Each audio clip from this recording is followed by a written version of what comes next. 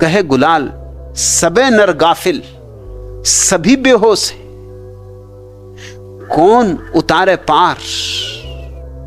यहां सभी बेहोश हैं, कौन उतारेगा पार इस भीड़ को, इन पागलों को, इन गाफिलों को। ये खुद तो उतर नहीं सकते,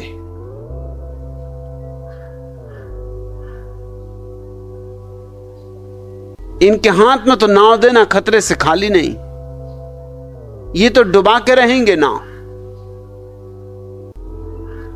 और कौन उतारे इन्हें पार, इन्हें तो कोई होश नहीं। और इतना भी इन्हें होश नहीं कि जिससे होश आ जाए उसकी सुन लें। इतना भी इन्हें होश नहीं कि कोई होश में आ गया उसे पहचान लें।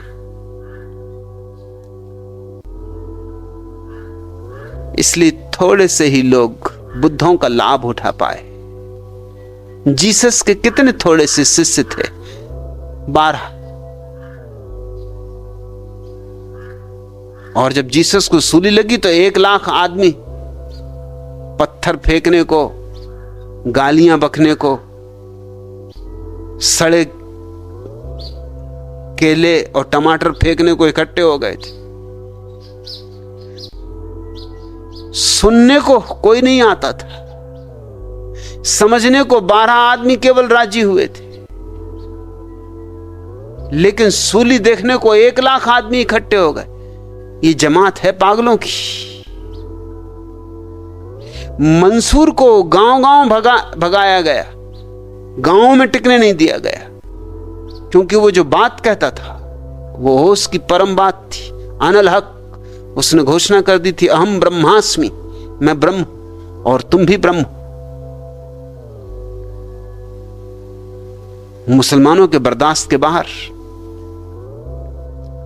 तरह तरह के अंधे, हिंदू, मुसलमान, जैन, ईसाई, ये अंधों की अलग अलग जमातें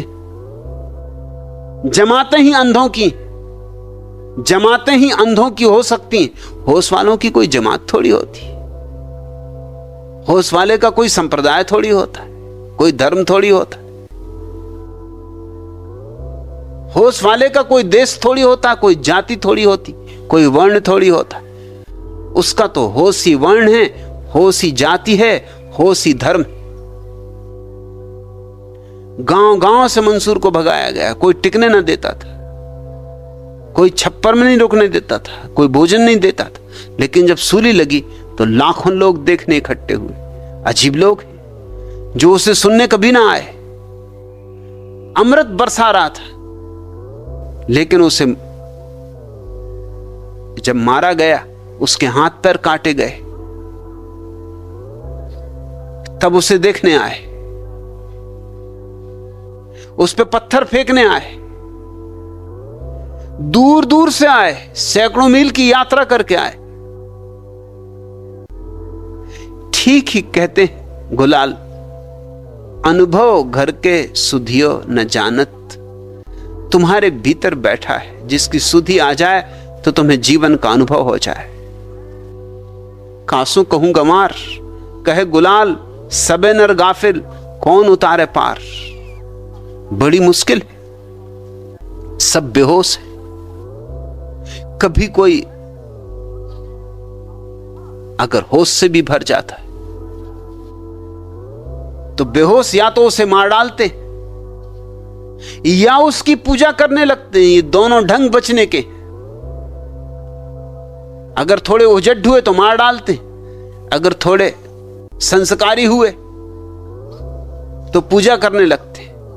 पूजा करने का मतलब है कि महाराज ये लो पूजा और हमें क्षमा करो, अपनी बातें अपने तक रखो, हम सदियों तक पूजेंगे, फूल चढ़ाएंगे, मंदिर बनाएंगे, मगर हमें सताओ मत, हमसे करने को मत कहो।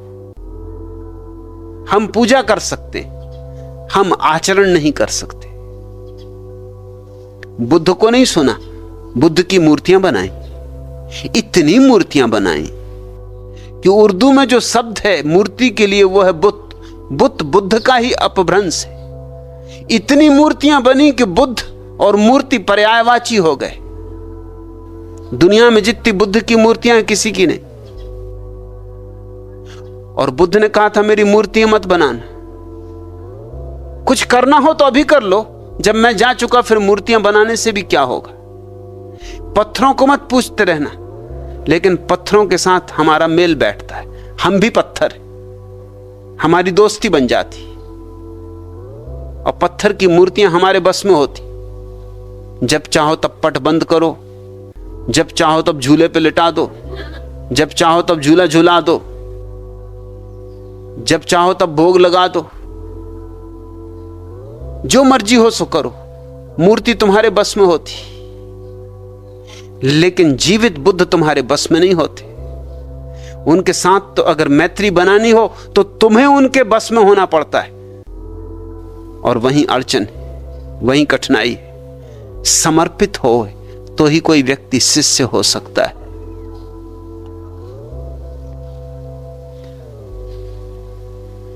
लेकिन मिल सकती है राह, मिल सकता है द्वार, द्वार सदा खुला है।